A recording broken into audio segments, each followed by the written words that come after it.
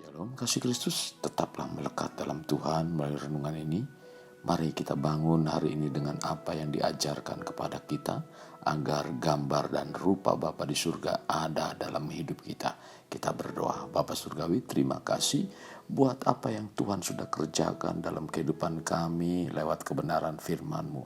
Biarlah firman ini semakin berakar dalam kehidupan kami, sehingga hidup kami memiliki satu gambaran seperti apa yang Kau ajarkan, dan nama Tuhan dipermuliakan lewat pikiran, perbuatan, dan tindakan kami Tuhan. Ini doa kami yang kami alaskan dalam nama Tuhan kami Yesus, kami berdoa, amin. Melekat dalam Tuhan bertema gaya hidup anak Tuhan, terdapat dalam Filipi 3 ayat 20, demikian firman Tuhan, karena keluargaan kita adalah di dalam surga, dan dari situ juga kita menantikan Tuhan Yesus Kristus sebagai juru selamat.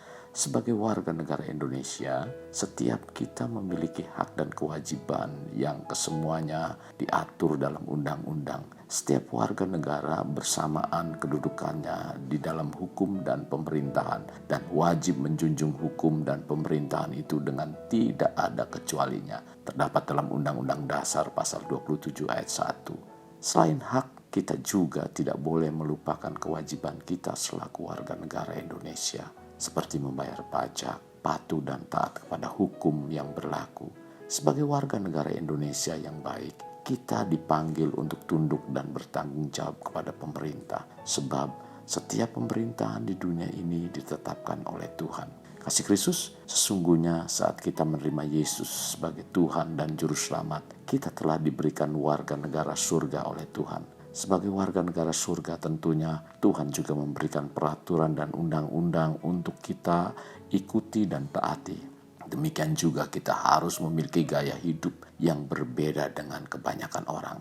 Standar gaya hidup kita adalah firman Tuhan. Firman Tuhan memberikan pedoman-pedoman atau petunjuk-petunjuk sebagaimana kita hidup sebagai warga kerajaan surga. Dan tentunya sebagai umat Tuhan hendaknya kita berkomitmen untuk menjalani kehidupan dengan standar firman Tuhan. Mari kita belajar menjalani gaya hidup umat Tuhan yang berkomitmen melakukan firman Tuhan. Sebagai umat Tuhan seharusnya gaya hidup kita dapat dinilai berbeda dan dilihat baik oleh orang lain. Kita ambil contoh dalam Perjanjian Lama. Suatu hari Raja Gerar bertemu dengan Ishak. Dan raja itu berpendapat bahwa Ishak berbeda dengan orang lain yang pernah dia temui. Firman Tuhan menyatakan rahasia yang membuat Ishak terlihat berbeda adalah karena Tuhan menyertai Ishak. Dan Ishak menyadari sekali akan hal itu. Seharusnya kehidupan orang yang percaya pada Tuhan berbeda dengan dunia. Misalnya pada cara kita mengambil keputusan dan karakter yang kita tunjukkan. Ketika dunia berpacaran keluar jalur, semestinya kita menjaga kekudusan. Ketika dunia mudah kecewa, kepahitan dan sakit hati, semestinya kita mudah mengampuni dan mengasihi. Ketika dunia bergosip dan mencaci maki atasan, semestinya kita mengucapkan berkat untuk kantor kita. Ketika dunia melakukan cara curang, semestinya kita setia dengan cara Tuhan. Kita sering mengumandangkan di gereja bahwa Tuhan kita berbeda, Tuhan kita hidup. Kalau Tuhan kita yang kita sembah berbeda, normalnya hidup kita pun berbeda dengan yang tidak memiliki Tuhan. Jika kita mengatakan bahwa Tuhan kita penuh kasih, jangan sampai hidup kita lebih kejam dari orang yang tidak mengenal Tuhan. Jika kita mengatakan Tuhan kita panjang sabar dan murah hati, jangan sampai kita menjadi gampang meledak, mudah mencaci maki, dan suka mengingat-ingat kesalahan orang lain. Bagaimana supaya kita benar-benar memiliki kehidupan yang mencerminkan warga kerajaan surga? Kita harus melakukannya dengan mata yang tertuju kepada Tuhan Yesus.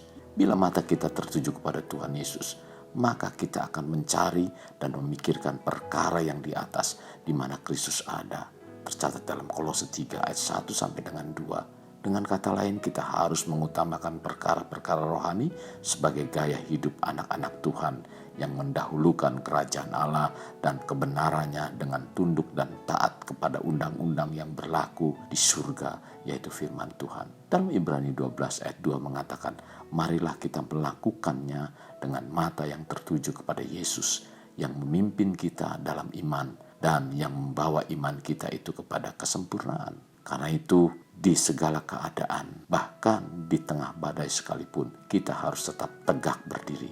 Oleh karena kewargaan kita adalah sorga, maka adalah suatu keharusan bagi kita memiliki gaya hidup yang benar-benar mencerminkan warga sorga. Mari kita tunjukkan gaya hidup yang berbeda dengan dunia. Kasih Kristus, jadikan hidup kita untuk lebih bermakna, membangun pribadi bermakna, dimulai dari kita.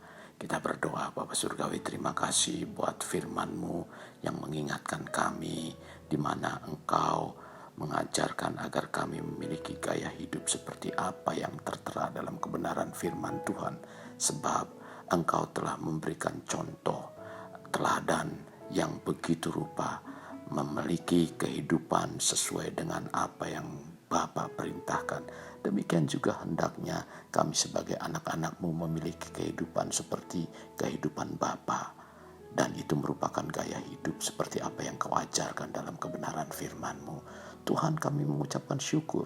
Pimpin kami dengan Roh Kudus-Mu agar kami tetap terus berjalan, tidak menyimpang ke kanan dan ke kiri, dan memiliki kelakuan dan gaya hidup seperti apa yang Kau inginkan Tuhan dalam firman Tuhan. Terima kasih Tuhan Yesus, terima kasih. Ini doa kami yang kami alaskan dalam nama Tuhan kami Yesus Kristus kami berdoa. Amin. Kasih Kristus, mari kita kedahkan kedua tangan kita untuk mengakhiri renungan ini.